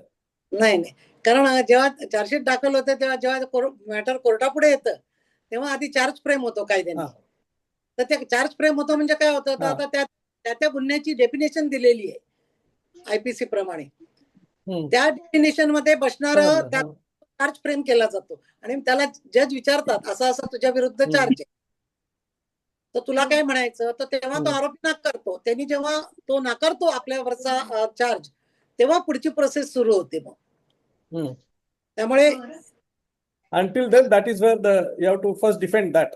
असं जी case असते, suppose I am the one wants to defend, I have to first ते आधीचे आर्ग्युमेंट खोडून काढून मला सांगायला नाही, तर याच्याऐवजी you should put a different case or different clause, काय असेल case, so that comes after that, is it? समजा असं आहे, आता 302 it's somewhat like terms of reference. आता ठीक आहे, समजा 302 आणि ते मला वाटतं 302च्या 304 असायला पाहिजे. Can I change it? याचं कारण रिक्वायरमेंट वेगळी आहे ना त्या सेक्शनची. 304 is understand. So no no no, 304 number सोडून दे, 302 ते 302 प्राईम धर. मला म्हणायचा उद्देश असा आहे की आय डोंट अग्री की 302 चार्ज बरोबर आहे. It should have been 303 for example. I don't know what the numbers are, never mind. So do I have the option of changing the course of the case, or do I not? ते सेक्शनवर नसतं ना, actually गुन्हा ज्या प्रकाराने घडलेला असतो ते बघून त्याला सेक्शन लावले जातात. बरोबर आहे. नो, त्यामुळे that is done by police and I'm disputing that. Can I dispute? नाही नाही नाही, पोलिसने केस लावली, बरोबर आहे, they are given that, but can the opposing party एक करता येतं. आता समजा can the opponent dispute it? नाही नाही नाही, तुम्हाला तो तुमच्यावर चार्ज फ्रेम केलेला आहे, मर्डर केस, तर तुमचा तो चार्ज फ्रेम केलेला आहे, there are 2 ways to do it. समजा माझ्या तो खोटा आहे तुमचा, एवढंच तुम्ही फक्त प्रूव्ह करायचं असतं कोर्टापुढे. मी असं म्हणू शकत नाही की माझ्यावर जो चार्ज खोटा आहे ते ठीक आहे, पण चार्ज एक मिनिट, ते पोलिसने केलंय, केस चार्जशीट ज्यांनी तयार केली ते करतात, राईट, की अमुक अमुक गुन्हा आमच्या देशी ही व्याख्या आहे, अमुक अमुक कलम त्याला लावलेली आहे. पण I am as a defendant say no no, I don't agree with this thing, crime is this, but I don't agree with definition. So it should not have been classified under this but that. So who decides that?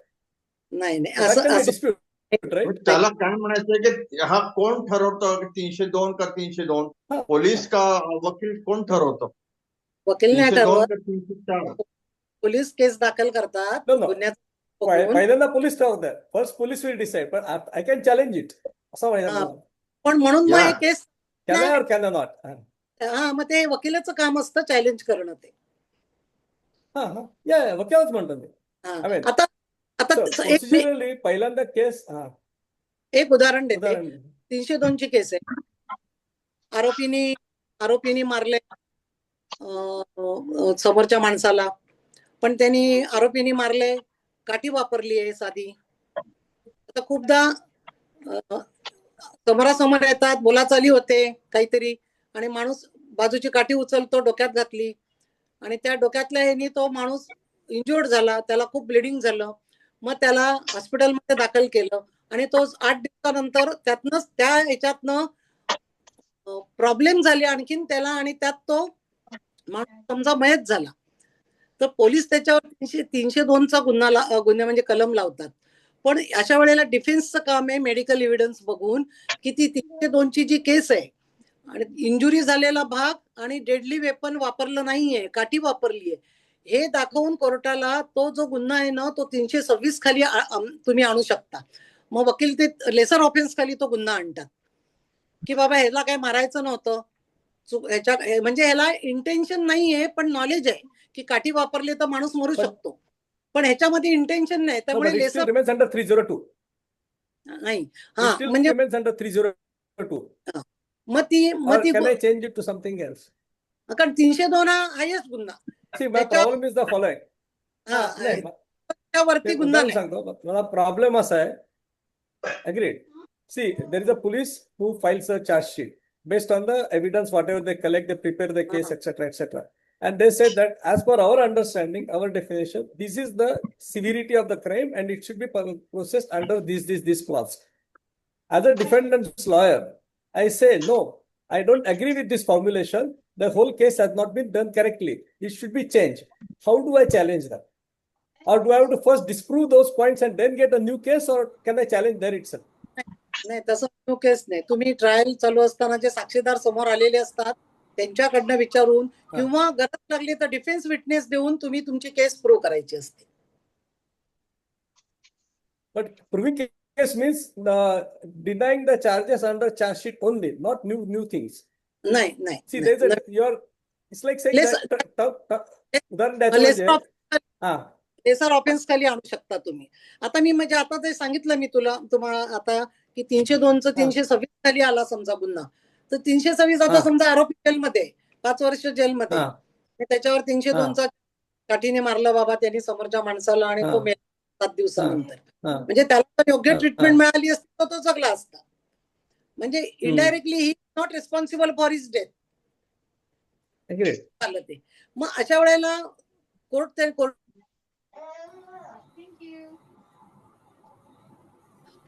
मला असं वाटतंय घनश्यामला वेगळा point म्हणायचा आहे.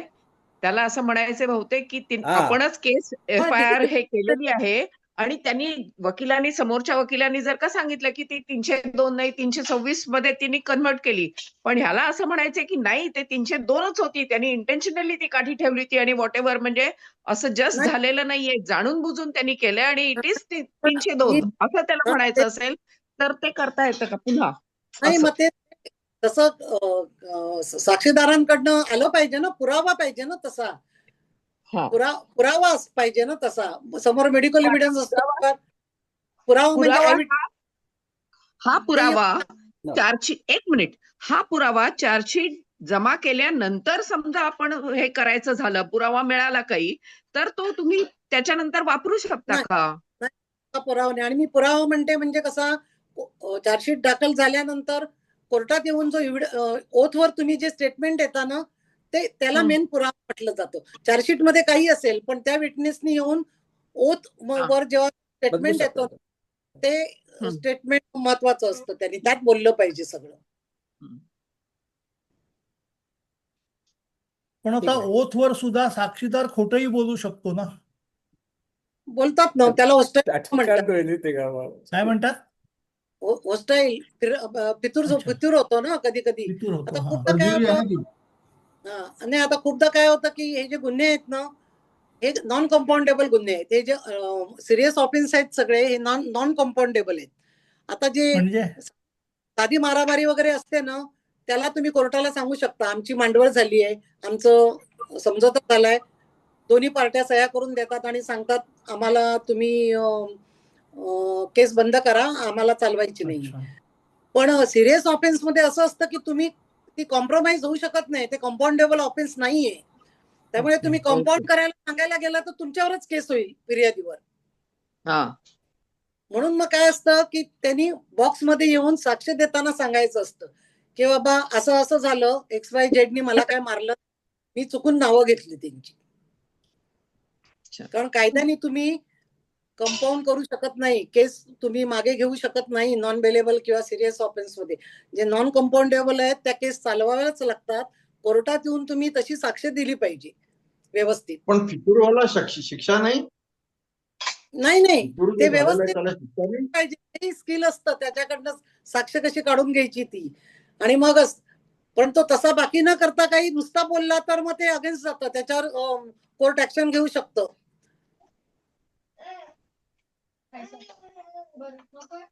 दुसरं मला एक विचारायचं होतं. हा हॅलो, हा बोला. विचारू का? हा विचार ना. आत्महत्या हा काय गुन्हा आहे का काय? म्हणजे आत्महत्या एखाद्याने केली तर तो त्याच्यानंतर बाकीचे जे कोणाला गुन्हा आहे का काय? तुझा व्हिडिओ ऑन कर, व्हिडिओ. हा नितीन, तुझा व्हिडिओ ऑन कर. हा, आत्महत्याचा आता आला का? हा आला. हा, नाही मला काय विचारायचं होतं की ते हा जो आत्महत्या एखाद्याने केली, असं आपण बरंच वेळेला ऐकतो बघतो, तर त्या ह्याच्यामध्ये तो गुन्हा आहे का? आपण गुन्हा कोणावर हे करणार, दाखल करणार, हा प्रश्न येतो ना. आत्महत्या करणं म्हणजे काय हा नियम गुन्हा काय नाही. आहे? तो आत्महत्या केली पण तो वाचला त्यातनं, तर त्याच्यावर गुन्हा दाखल होतो. हो का? आणि तो सुटला मग काय प्रॉब्लेम नाही. म्हणजे आत्महत्येचा प्रयत्न करणं हा गुन्हा आहे, आत्महत्या करणं हा गुन्हा नाहीये. आत्महत्या करणं हा गुन्हा नाहीये. पण तुम्ही केली आणि जगलात तर तुम्हाला लगेच मग ते पोलीस विचारायला येतात आणि मग केस दाखल होते तुमच्यावर. पण ते पण क्रिमिनल लॉच्या अंडरच येतं का? हो, section 309 attempt to commit suicide. दुसरा तो सिनेमा कुठला, तो सिनेमा सिंगम सिनेमामध्ये तो कागद फाडतो पेपर ह्याच्यात पोलीस चौकीतले, त्याला काय म्हणतात रे तिच्या ह्याला, मी विसरून गेलो. एफआयआर फाडतो. मग एफआयआर तर फाडता येतो म्हणजे काय, त्याचं काय आहे काय? असं फाडता सिनेमात ते सिनेमात चालतं, फक्त सिनेमात चालतं. पोलीस एक मिनिट सिनेमात चालतं, ठीक आहे. ऐका पोलिसांकडे केस डायरी असते. जरा हे सगळं आपल्या लोकांना जे रिलिव्हंट आहे ना आत्ताच्या घडीला, 498A बद्दल जरा थोडस सांगा. म्हणजे थोडं 498 हा काय प्रकार आहे? सांगते फक्त हे जरा केस डायरीचं सांगते. विचारले तर पोलिसांची डायरी असते. जेव्हा गुन्हा दाखल होतो तर त्याला क्राईम रजिस्टर नंबर पडतो.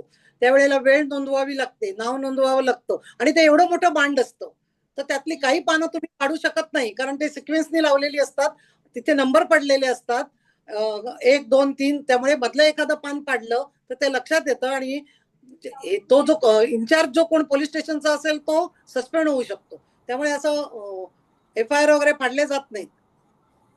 एकदा गुन्हा दाखल झाला की पोलिसांना ती ऍक्शन घ्यावीच लागते. मग पुढे तपास कामात ते थोडासा हलगर्जीपणा दाखवू शकतात की त्यामुळे ते थोडी ढिली करू शकतात. पण एकदा, कारण एवढं मोठं बांड असतं ते त्यातनं फाडणं काही शक्य नसतं. ते खूप महत्वाचं असतं डॉक्युमेंट. आता मी मागच्या वेळेला पण बोलले होते, 498 म्हणजे नवविवाहित मुलगी, हिला हुंड्यासाठी किंवा डिमांड केली म्हणून सासरच्यांनी, सासू सासरे आणि तिच्या नवरा किंवा इनलॉज, नणंद या सगळ्यांनी तिला डिमांडसाठी छळलं, मानसिक आणि शारीरिक छळ केला. यासाठी हा 498A सेक्शन आहे. तर आता काय आहे की ह्याच्यामध्ये आता एवढ्या वर्षाच्या अनुभवाने माझंही असं मत आहे की खूपसं मिसयूज होतं या सेक्शनचा. आता जनरली एकदा मुलीचं लग्न वगैरे झालं की मुद्दाम कोणी मागणीसाठी किंवा हे आण ते आण असं म्हणून कोणी छळत बसत नाही मुलींना. पण त्यामुळे झाले काय माहितीये का, त्या 498A मुळे पर्सनली ना फार बायका याचा हे मिसयूज करतात. म्हणजे एवढं तेवढं झालं की बायका पोलीस स्टेशनला जातात. आता मागे बोलली तशी पोलीस स्टेशनला गेले आणि केस दाखल झाली तुमच्या विरुद्ध, म्हणजे नवरा, सासू सासरे, नणंद सगळ्यांविरुद्ध केस दाखल झाली की होतं काय की केस दाखल झाली म्हणजे एफआयआर झाली तरच केस दाखल होते ना. हा, एफआयआर झाली तर. आणि होतं काय की हल्ली बायकांना सॉफ्ट कॉर्नर असतो ना, बायकांना ते जरा उजवं माप दिलं जातं थोडं. त्यामुळे बाई तक्रार घेऊन आली की पोलिसांना ते माहित असतं ह्याच्यात काही दम नाही, पण त्यांना ते तक्रार नोंदवून घ्यावी लागते, नाहीतर ती लगेच त्या महिला आघाडीवाल्यांकडे जाणार, नंतर ते आणखीन यांच्या युनियन असतात त्यांच्याकडे जाणार. तर ती तक्रार दाखल करून घेतली की पोलिसांना ऍक्शन घ्यावी लागते. आता 498 नॉन बेलेबल आहे पण ट्रायबल बाय मॅजिस्ट्रेट आहे. पण तो नॉन अवेलेबल असल्यामुळे पोलिसांना त्यांना अरेस्ट करून कोर्टात हजर करावंच लागतं. आणि ही जेव्हा वेळ येते, ही स्टेप येते, तेव्हा पांढरपेशांना जेव्हा ही वेळ येते ना, तेव्हा त्यांना ते फार इन्सल्टिंग वाटतं. तर माझं काय म्हणणं असतं की त्यांनी खचून जाण्यासारखं काही नाहीये की ही केस सुनेनी दाखल केल्यानंतर. कारण पोलिसांना माहित असतं, जजला माहित असतं की हे लोक क्रिमिनल्स नाही आहेत, हे मॅट्रिमोनियल मॅटर आहे, हे घरातल्या भानगडी आहेत, हे आरोपी नाही आहेत. पण आपल्या त्या पांढरपेशांना तो धक्काच सहन होत नाही की पोलीस स्टेशनला जावं लागलं आणि अगदी एखादा दिवस जरी कस्टडीमध्ये बसावं लागलं तरी त्यांची अवस्था खूप वाईट होते. म्हणून माझं आवर्जून पण सांगणं, माझ्या माहितीप्रमाणे काय काय केसेस आहेत की त्याच्यामध्ये मुलीला अक्षरशः आता आमच्याच बिल्डिंग बाजूला हे आहेत, ते लग्न झालंय, सगळं ए टू झेड सगळं खातं पितं घर आहे, सगळं आहे, तरी पण त्या मुलीला छळते सासू. आणि नवरा असताना नसताना असे दोन वेगवेगळे 2-3 केसेस मला माहिती आहे. अशी मग उदाहरणं त्याच्या कमी ह्याच्यामध्ये असतात. कोणावर करायचं, हा. हु इज फॉल्ट? असा प्रॉब्लेम येतो ना तेव्हा डोमेस्टिक व्हायलन्सचा नवीन कायदा आहे की ज्याच्या खाली तिकडे तुम्हाला दोन्ही पार्ट्यांना बोलवून काउन्सिलिंग केलं जातं. त्याच्या आधी तुमचं काउन्सिलिंग केलं जातं आणि ते तुम्ही ते कुठल्याही स्टेप न पाळता डायरेक्ट तुम्ही पोलीस स्टेशनला गेलात आणि क्रिमिनल केस प्रॉब्लेम केली. काय होतो, नाही प्रॉब्लेम काय होतो मॅडम, की त्या ह्याच्यामध्ये कोणी जात नाही पोलीस स्टेशनला गेला. आता त्या मुलीला सांगितलं किती त्रास दिसतात. शिक्षिका आहे ती, आणखीन तिच्या इथे सगळे चांगले शिकलेले आहेत, तरी पण ती सासू तिला काय उलट छळते, मी कशी सहन करते. एखादं असेल कमाल हे, आहे, कमाल. अशा वेळेला डोमेस्टिक व्हायलन्सच्या ऍक्ट खाली केस नोंदवतात आणि शिक्षा वगैरे कोणाला होत नाही, पण तुम्हाला त्या दोन्ही पार्ट्यांना बोलवून काउन्सिलर तुम्हाला काउन्सिलिंग करतात आणि एवढं करून जर तुम्हाला काही फायदा नाही झाला तरच केस दाखल होते. मग ती पण एवढ्या काउन्सिलिंगसाठी केस कोण रेफर करतं? पोलीस रेफर करतात? नाही, आता तुम्ही त्यांच्याकडे जाऊन त्यांना Somebody has to सांगितलं की comply. मला म्हणजे तुम्ही स्वतः तिकडे गेला तर ते केस घेतात ना, पोलीस त्यांच्याकडे पाठवत नाहीत ना? नाही नाही नाही नाही, ती बाई स्वतः सून मुलगी गेली पाहिजे पोलीस काउन्सिलरकडे. माझा नवरा छळतो त्यासाठी, आणि कशासाठी छळतो तर माहेरून हे आण, माहेरून ते आण, लग्नात कबूल केल्याप्रमाणे मला हे दिलं नाही, ते दिलं नाही, या डिमांडसाठी शारीरिक गेली ना मुलगी, मारली ना तिला मुलगी, काय वैष्णवी ते भयानक प्रकार होतो. आता पण प्रश्न असा आहे की एवढं सगळं होईपर्यंत मुलींनी सांगायला नको का घरी? आणि प्रश्न असा पडतो, सांगितलं ते ना, नाही काय वेळेला सांगतात, आता ही मुलगी आता लग्न झालं ना आमच्या, ते सांगते, पण ते काय याला काय नाही, तुमचं लिगली ह्याच्यामध्ये काही नाही का? नसायला काय. पण प्रश्न असा आहे ना की मुलींनी पण म्हणायला नको ना की मला डावरी मागणाऱ्या माणसाकडे माणसाबरोबर लग्न करायचं नाहीये. डावरीचा प्रश्नच नाहीये. नाही, law will take place only if you complain. It cannot act on its own. Correct. No law can act on its own. You must complain first. Otherwise, people will simply be doing whatever they want. That cannot be allowed. Correct. So somebody has to complain. Well said. Otherwise, you cannot proceed. That's it. नाही, हा जो complain. मुद्दा आहे ना, यांना सुनेला छळणं किंवा बायकोला छळणं, तर याच्यामध्ये डिफरन्स ऑफ ओपिनियन मुळे छळणं, याला काय हे आहे? हे काही नाही, हे काय शेवटी त्याला काही नाही. आपल्या घरोघरी चालणारे वितंडवाद. आणि बायको बोलायला लागली की नवऱ्याने शक्यतो गप्प बसावं.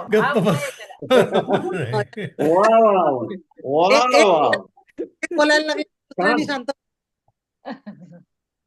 हाच उपाय. पण म्हणजे मला वाटतं की एवढ्या हल्लीच्या मुली आता एवढ्या साध्या किंवा हे नाहीयेत की छळ वगैरे करून घेण्या इतक्या व्यवस्थित. कारण हल्ली मुली आधीच सांगतात नवऱ्याला की मला तुझ्या म्हणजे आई वडील माझ्याकडे नको, त्यांना वेगळं ठेवायचं. इथपासून मुलींची तयारी असते. दोन्ही बाजू आहेत त्याच्यात, दोन्ही बाजू आहेत. आता मी सुद्धा असंच म्हणायचं पण एवढे प्रकार ऐकतोय ना, किंवा सासूल एवढे शिकलेले सगळे, तरी पण सुनेला कशी काय ऐकून घेते. पण ती ऐकून घेते ह्याचं कारण म्हणजे तिला वाटतं की माझ्या आई वडिलांना त्रास. एक्झॅक्टली. हे एक मुख्य कारण असतं. मजबुरी असते त्या मुलीची. मजबुरी असते. हो. जे काही पैशाची आहे. कमी आहे असं काही नाही. ती नोकरी करते, नवरा नोकरी करतो, पण ते कळायचं म्हणजे काय आता मी सांगू लग्न शकत नाही, झालं- पण मी काही काम करूनच द्यायचं नाही. लग्न मग काम झाल्यानंतर करून दिलं ही की गोष्ट सगळी कामं तिनेच करायची. कायद्याच्या बाहेर आहे. आणि लग्न म्हणजे झाल्यानंतर हो नाही, बरोबर आहे.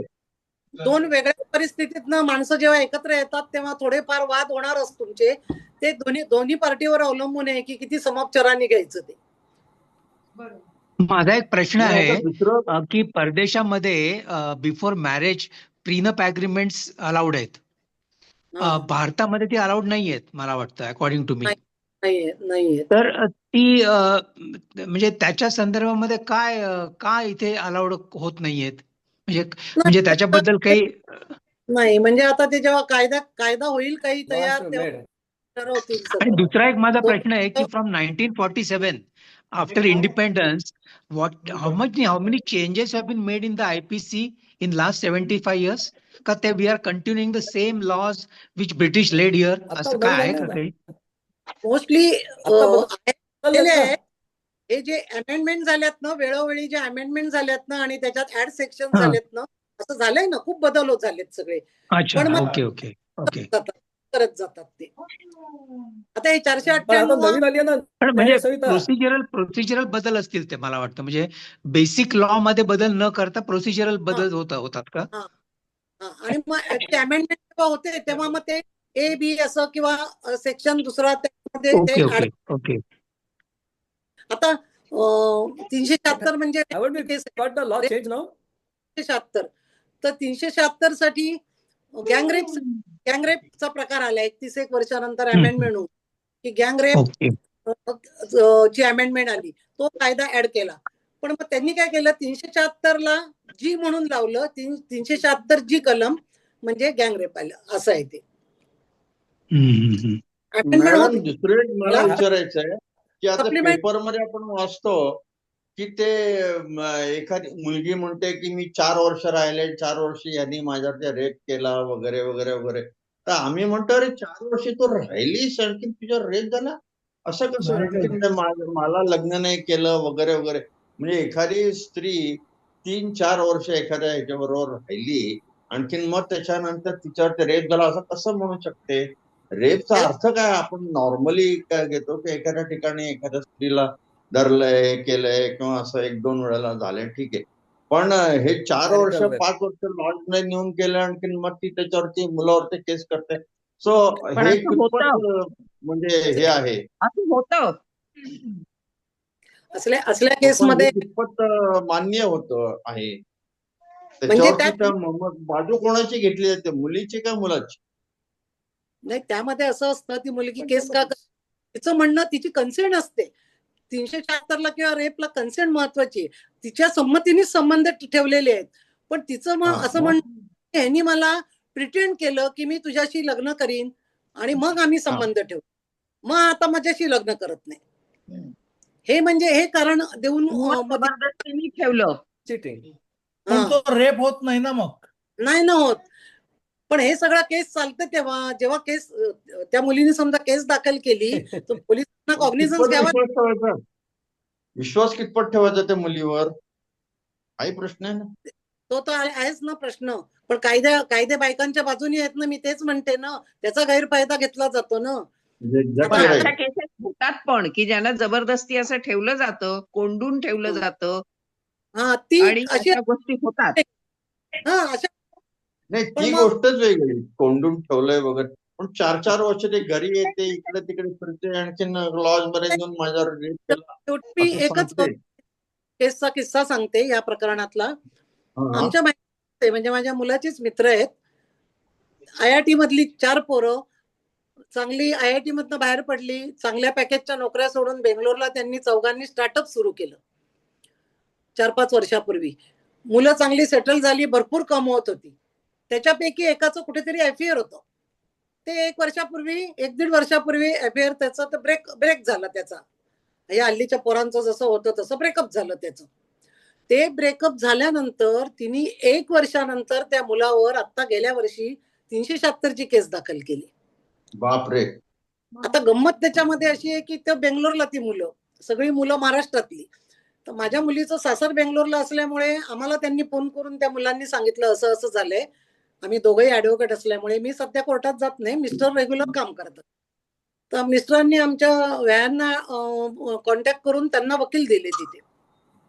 तिने केस दाखल केली त्याच्यावर आणि त्याला अंदाजच नाही आला की ही केस करेल, नाही तर अँटिसिपेटरी घेतला असता ना त्याचा. आणि अशा केसमध्ये अँटिसिपेटरी मिळतो की 1 वर्षापूर्वी ब्रेकअप झालाय तर त्याला इझिली अँटिसिपेटरी मिळाला असता कोर्टाकडनं. पण अँटिसिपेटरी घ्यायला त्याला फुरसतच दिली नाही आणि पोलिसांनी त्याला अरेस्ट केली. अरेस्ट केल्यानंतर सगळं प्रोसिजर पूर्ण होऊन तो बाहेर यायला 1 महिना गेला. मीनवाईल त्याच्याबरोबर जे बाकीचे मुलं काम करत होते ना, सगळे एकत्र मिळून एक फ्लॅट घेऊन काम करत होते ते स्टार्टअपचं. तर ती पोरं डिप्रेस झाली. तो मुलगा झालाच त्याच्यामुळे डिप्रेस. पण ती मुलं पण 3 मुलं डिप्रेस झाली, कारण पोलीस 100 वेळेला बोलवायचे चौकशीला आणि दिवसभर बसवून ठेवायचे 8-8, 10-10 तास. तर तो स्वतः मुलगा जो आहे तो डिप्रेशन मध्ये गेलाच या सगळ्या प्रकारात. 1 महिना तो आत होता. आता 1 महिना जेलमध्ये जायचं शिकलेल्या मुलाला हे त्याच्यावर खूप इफेक्ट झाला. म्हणजे तो स्वतः डिप्रेशन मध्ये गेलाच, पण त्याच्याबरोबरची 3 मुलं डिप्रेशन मध्ये गेली आणि तो मुलगा आता जामीनवर आल्यानंतर बेंगलोरमध्ये वेगळा राहायला लागला. आणि ही जी बाकीची मुलं आहेत ना, ती मुलं लग्नाचा विषयच काढत नाही. ते म्हणतात समजा लग्नाचं म्हणजे आता त्यातलं एकाचं जमत होतं, एका पोरीने त्याला बोलवलं होतं, डेट करायला बोलवलं होतं, तिने पुढाकार घेतला सगळा. पण तो लास्ट मिनिटला पोरगा घाबरला, तो घाबरून निघून आला. तो म्हणाला नको, उद्या तिने आणखीन काही भलतं काही अंगावर घातलं आणि केस केली तर लफडं कोणी यायचं. म्हणजे ती उरलेली 3 मुलं आहे, ती चांगली एवढी हुशार टॅलेंटेड, ती डिप्रेशन मध्ये येऊन आता ती सायकॅट्रिकची ट्रीटमेंट चालू आहे ते उरलेल्या 3 मुलांना. अरे बापरे, त्या मुलीचं काय झालं मग? ती केस सुटिंग आहे आता. ती आता केस चालेल तेव्हा ती केस सुटणारच आहे, पण तोपर्यंत या मुलांचं फ्युचर बर्बाद होतं ना. हल्लीची पोझिशन अशी, आता ती मुलं लग्नाचं नाव काढायला बघत नाही, नकोच म्हणतात लग्न करायला. कुठल्या पोरीला हातच नको, लपडच नको. आता तू बोलताना म्हणालीस की पोलीस स्टेशनला बोलावतात आणि 8-8 तास बसवून ठेवतात. ते इंट्रोगेशन नाही, पण हे लॉला ऍक्सेप्टेबल आहे का? तुम्हाला 10 वाजता नाही, तुम्हाला 10 वाजता या म्हणून सांगितलं आणि 6 वाजेपर्यंत संध्याकाळी बसवून ठेवलं. पोलीस तपासामध्ये कोणी इंटरफिअर करू शकत नाही. तो त्यांना तेवढा कायद्याने. नाही, मी टाईम बद्दल बोलतोय. असं सांगू शकतात ना पोलीस. ते दुसऱ्या इम्पॉर्टंट केसमध्ये बिझी होते, त्याच्यानंतर ह्याच्याकडे लक्ष देतील असं सांगू शकतात पोलीस. मग आम्ही घरी जाऊन परत येतो असं म्हटलं तर चालत नाही का? मोकळे झालात की फोन करा. नाही चालत असं. पोलीस आरोपींशी वागण्याची पोलिसांची पद्धत खूप वेगळी असते, त्यामुळे असं नाही चालत काही. आणि त्यात कोणी इंटरफिअर करू शकत नाही. तुम्ही त्यांच्या कस्टडीत जोपर्यंत आहे किंवा ते तपास करतायत, ज्याला इंट्रोगेशन म्हणतात, इंट्रोगेशन चालू असताना कोणी इंटरफिअर करू शकत नाही त्याच्यामध्ये. त्याला बोलवलंय ना तर त्यांनी जायचं, बसून राहायचं. आता त्या मित्रांचा काहीच संबंध नव्हता या प्रकरणात, पण तेच एवढे हॅरेस झाले ना की ते लग्नाचं कोणी नावच काढायला बघत नाही, नाहीच करायचे. गॅरंटी नाही. आयुष्याची बर्बादी झाली म्हणजे थोडक्यात काही महिने तरी. बरं मित्र हो, आता 11 वाजले, तर मी तरी सगळ्यांना आता टाटा करतो. उद्या उठायचंय. मी उरलेला भाग सगळा दुसऱ्या याच्यात बघेन, रेकॉर्डिंग मध्ये बघेन. Okay, good night. विषय असा आहे की प्रत्येक एकेका सेक्शनवर एक आपली मीटिंग होईल, एवढं वास्ट विषय आहे. तुझे अनुभव सांग ना, तू चालवलेल्या केसेस किंवा त्याच्यात तुला आलेले चांगले वाईट अनुभव असं काही सांग ना. पण मला वाटतं आता 11 वाजले, आपण आता ऑलरेडी 11 वाजलेले आहेत. आपण जास्त आपले सेशन्स एक्सटेंड करूया नको, कारण आता श्याम पण म्हणाला की आता 11 वाजले, त्याला झोपायचं आहे. I think that must be the case with many others also. तर आपण माझी एक रिक्वेस्ट अशी आहे की आपल्या सगळे सेशन्स आपण प्लीज 11च्या आसपास आटपूया. हो हो बरोबर. आणि जर काही क्वेरीज असतील तर नंतर आपण ग्रुपवर टाकू शकतो त्या, म्हणजे दॅट इज माय सजेशन. आणि लास्ट टाइम काही सेशन्स आपले खूप उशिरापर्यंत गेले होते, ते we enjoyed it, no problem. पण माझं असं एक सजेशन आहे की एक मॅन्डेट आपण ठेवूया शक्यतो. 11च्या आत संपव, मलाही असं वाटतं. ठीक आहे, बरोबर आहे. चालेल चालेल. आज संपवायचं का? सुनीता कन्क्लूड कर. काय? कन्क्लूड करतेस का? हे बंद करू रेकॉर्डिंग? नाही नाही, कन्क्लूड तू म्हणजे काय? conclude कर सेशन. सेशन कन्क्लूड कर, काही 2 शब्द बोलून. Bye bye.